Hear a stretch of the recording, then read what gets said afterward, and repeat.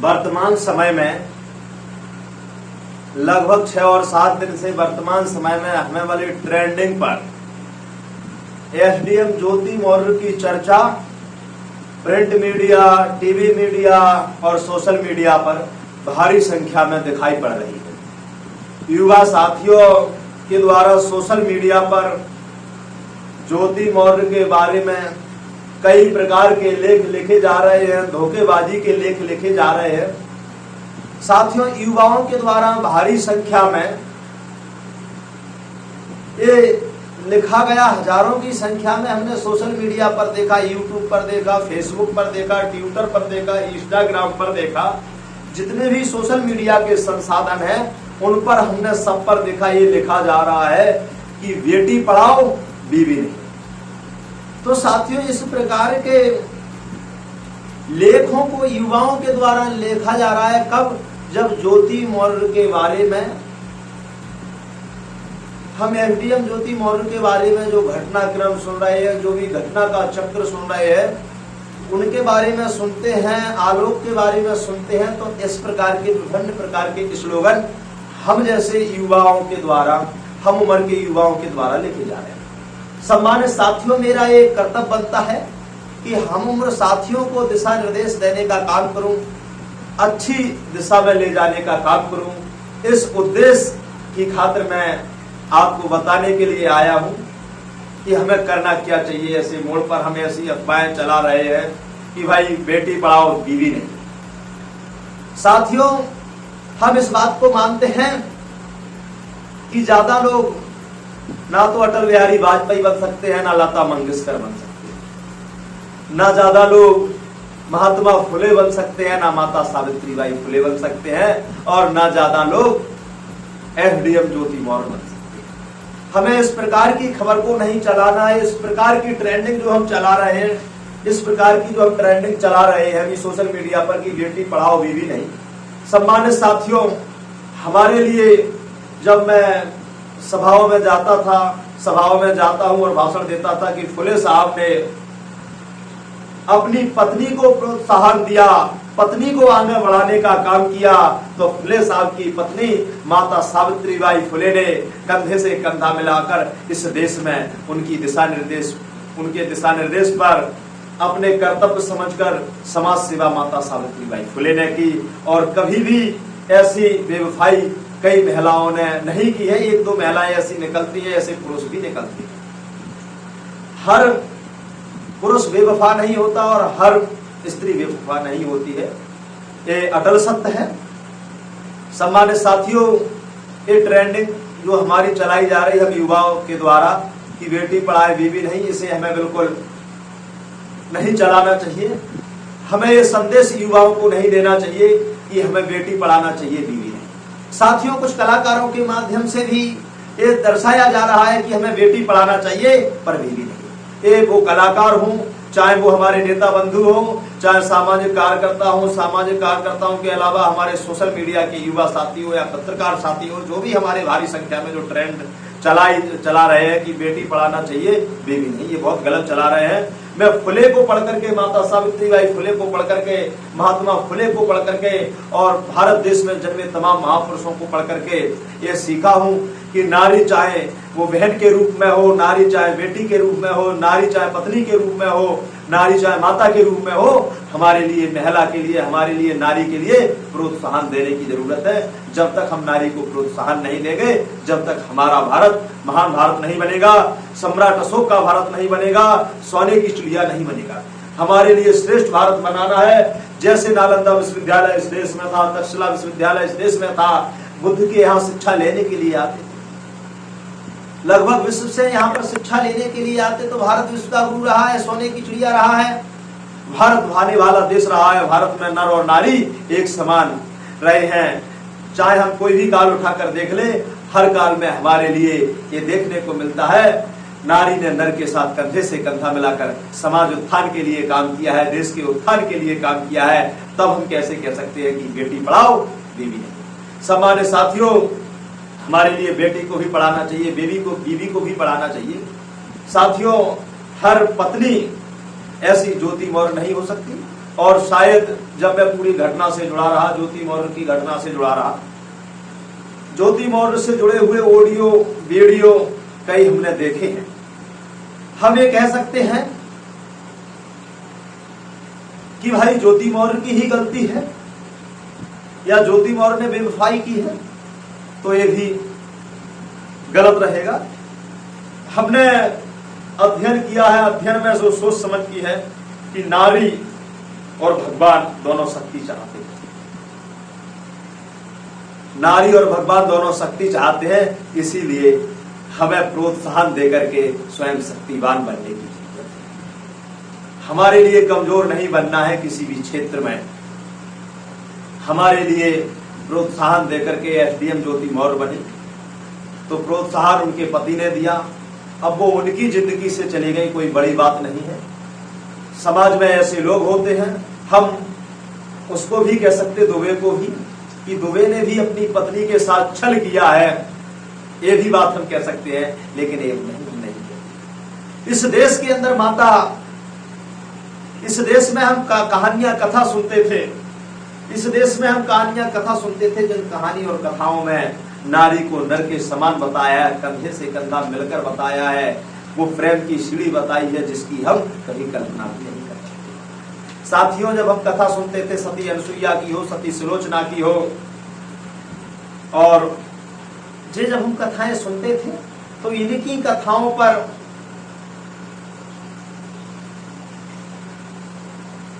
%90 हमारे भारत देश की माताएं बहनें चली और वर्तमान में चल रही। हम ये भी कथा सुनते थे, पुरुषों की भी कथा सुनते थे, तो जो शादी का जो बंधन होता है, ये बड़ा पवित्र बंधन होता है, बड़ा सोच समझ करके बंधन होता है। और भारत देश में इस बंधन में बंधे हुए लोगों ने ना तो नर ने नारी को धोखा दिया है, ना नर ने नारी ने नर को। तो ऐसी बातों को हम ना ले जिससे समाज में नेगेटिविटी पैदा हो, पिछड़ापन पैदा हो, ऐसी बातों को लेकर के हमें नहीं चलना है। हमारे लिए वो भी कथाएं लेना है, वो भी कहानियों को उठाना है जिनसे नारी का उत्थान हो, जिनसे महिलाओं का उत्थान हो, देश का उत्थान हो।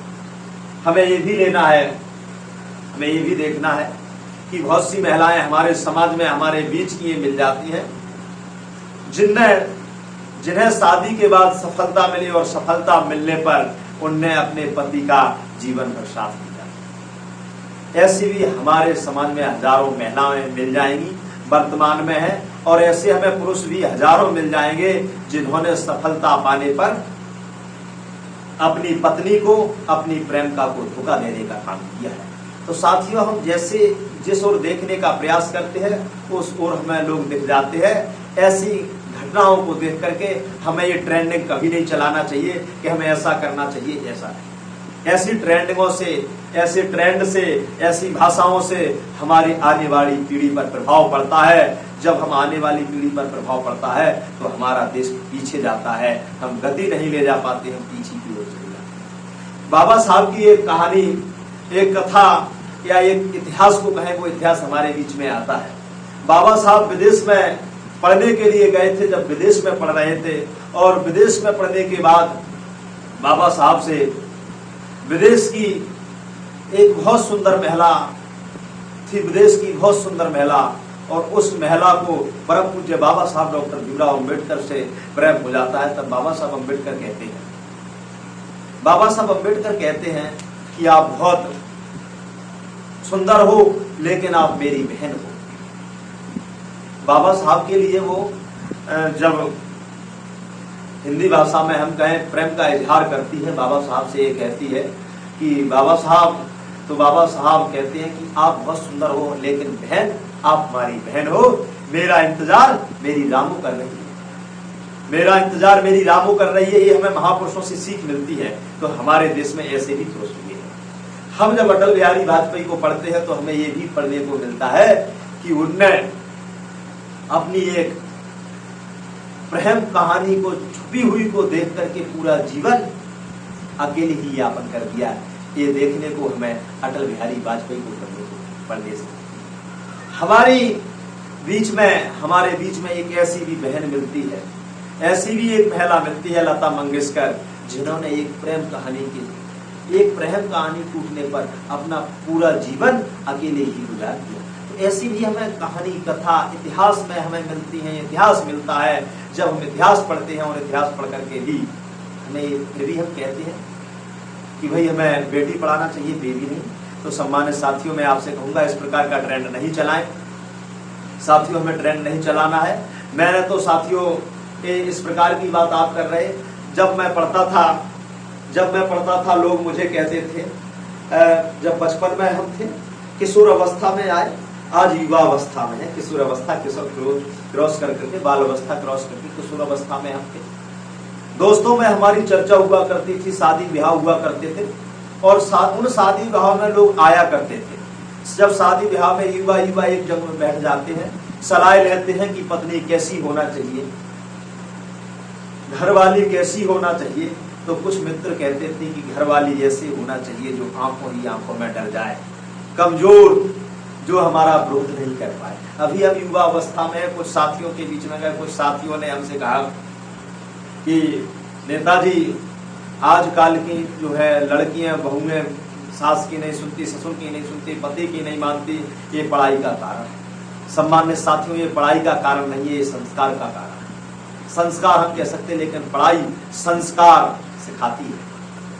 इस शिक्षा से कुछ लोग संस्कार सीख जाते हैं, तो कुछ लोग मक्कार भी बन जाते हैं, कुछ लोग डकैत भी बन जाते हैं, और इस शिक्षा से कुछ बगावत करके बागी भी बन जाती है। तो शिक्षा दिमाग को खोलती है, शिक्षा रास्ते उजागर करती है, शिक्षा रास्ते को रोकने का काम नहीं करती है।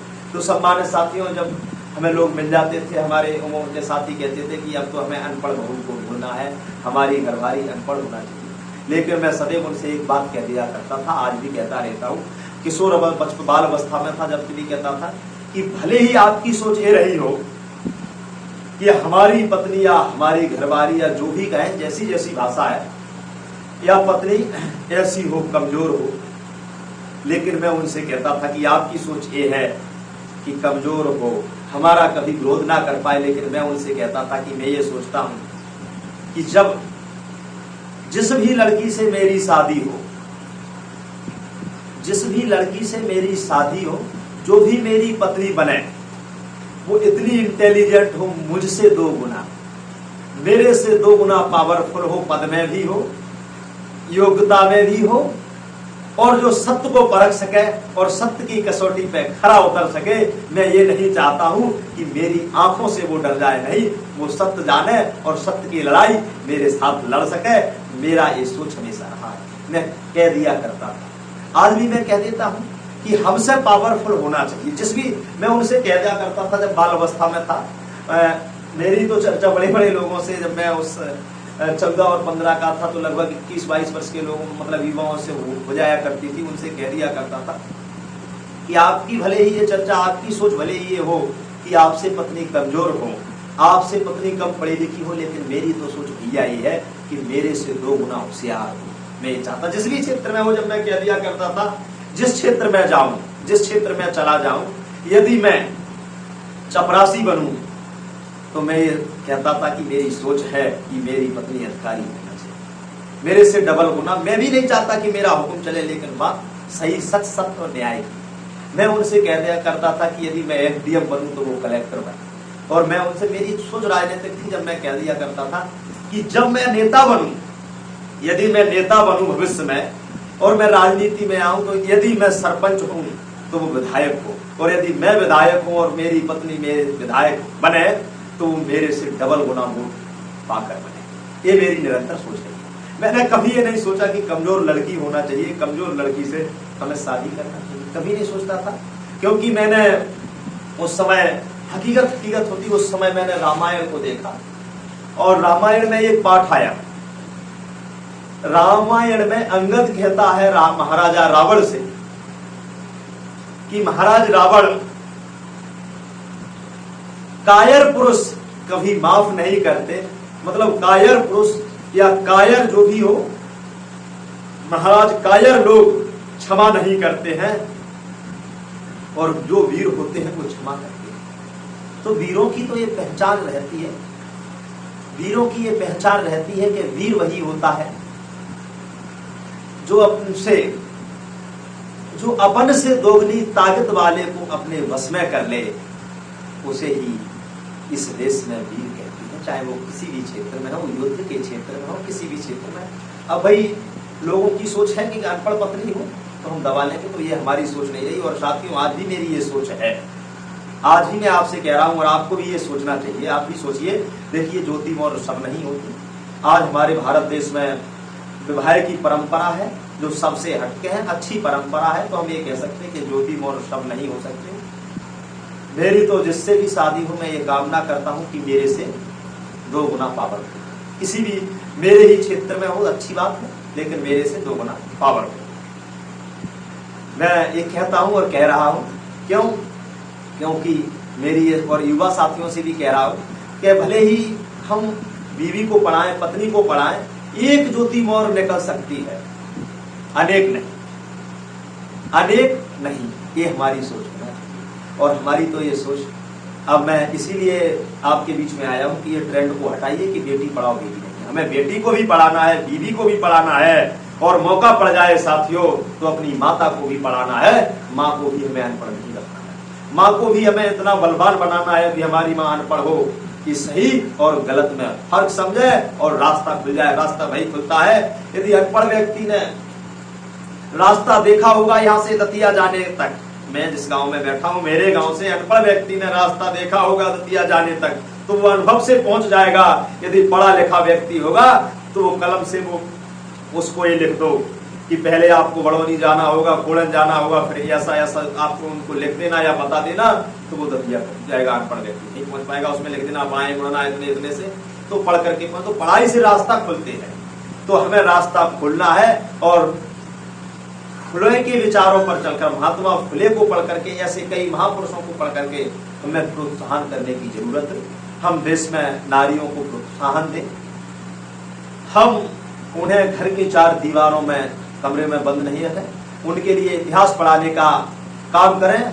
हमें ये भी पढ़ लेना चाहिए, आज हम एफडीएम ज्योति मौर्य के बारे में इस प्रकार की बातें कर रहे हैं जिसकी कोई सीमा ही नहीं है, व्यर्थ बात कर रहे हैं। तो हमें ये भी पढ़ना चाहिए कि हमारे इस देश की महिलाओं ने, हमारे इस देश की रानियों ने, हमारे इस देश की पत्नियों ने, हमारे इस देश की प्रेमिकाओं ने जोहर करने का काम किया है। ये भी हमें नहीं भूलना चाहिए। सर, हमारे इस देश की नारियों ने जोहर करने का काम किया है, जो वर्तमान में भी हो रहा है।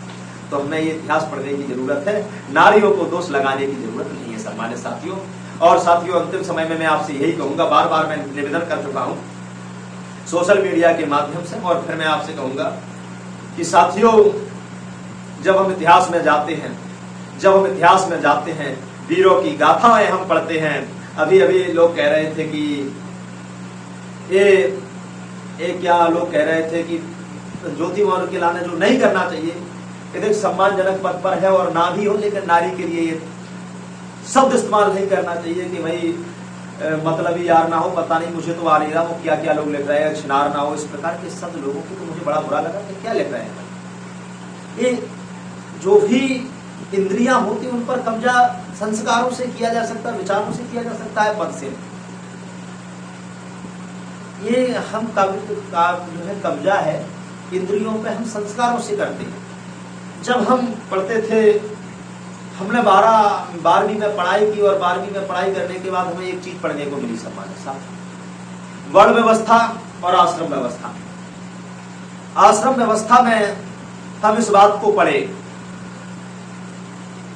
कि हमें जन्म से लेकर के 25 वर्ष तक ब्रह्मचर्य का पालन करना चाहिए, और शिक्षा ग्रहण करना चाहिए, और शिक्षा ग्रहण करके हमें 25 वर्ष की आयु के बाद जो है गृहस्थ जीवन में प्रवेश करना चाहिए। ये हमने वर्ण व्यवस्था के साथ आश्रम व्यवस्था को पढ़ा तो हमें बड़ा अच्छा लगा। ये हम संस्कार से सीखे, बड़ा अच्छा लगा। ये संस्कार सबको मिलना चाहिए। जैसे बुद्ध ने कहा है कि सम्यक दृष्टि, सम्यक संकल्प, सम्यक व्यायाम। कुछ संस्कार छिन जाते हैं कुछ लोगों से कब, जब राजाओं के दुष्ट राजकर्ताओं के हाथ में शासन चला जाता है तब। क्योंकि संस्कार कैसे कि दुष्ट शासनकर्ताओं के हाथ में संस्कार चला गया तो कुछ लोगों को पूर्व के संविधान में शिक्षा से ही वंचित रख दिया गया। जब शिक्षा से वंचित रख दिया गया तो वे क्या आश्रम व्यवस्था में जाने। तो हमारे देश के लोग ज्यादातर आश्रम व्यवस्था में नहीं जानते। आश्रम व्यवस्था पर यदि दुष्प्रभाव किसी का पड़ा है तो वह वर्ण व्यवस्था का पड़ा है। यदि आश्रम व्यवस्था पर वर्ण व्यवस्था का प्रभाव नहीं पड़ता तो बुद्ध ने कहा है कि सम्यक रूप से व्यायाम करके हम इस देश को सर्वश्रेष्ठ बनाए थे और बनाए रखते। जब मैं इतिहास को पढ़ता हूँ, इतिहास को मैंने पढ़ा, प्राग इतिहास काल से, अनादि काल से जब हम पढ़ते हैं, सिंधु घाटी की सभ्यता के बाद जब वैदिक सभ्यता इसके बारे में हम पढ़ते हैं, जब वर्ण व्यवस्था के बारे में पढ़ते हैं तो हम कहते हैं कि वर्ण व्यवस्था का दुष्प्रभाव या दुष्परिणाम का है, दुष्प्रभाव आश्रम व्यवस्था पर नहीं पड़ता तो आज हम अपने देश को इतना कमजोर महसूस नहीं करते कि हमारे देश के लोगों की आयु केवल 60 से 70 वर्ष सीमित रहेगी, ये हम नहीं करते, आज महसूस नहीं करते, क्योंकि आश्रम व्यवस्था से बहुत से लोग वंचित हैं। मैं कहूं इस देश का पढ़ा लिखा 50% समाज आश्रम व्यवस्था से वंचित है, और जब वो आश्रम व्यवस्था से वंचित है तो संस्कारों से इस देश में 90% समाज वंचित रहा है, और उसी का दुष्परिणाम है कि हमारे देश को विभिन्न संकटों से जूझना पड़ रहा है। जो व्यवस्था, जो व्यायाम की व्यवस्था है, जिसे बुद्ध ने भी सराहनीय माना और व्यायाम बुद्ध ने भी किया, वो व्यवस्था है, और बुद्ध उस व्यवस्था से, उस व्यायाम से देश को विश्व में श्रेष्ठ देश बना गए।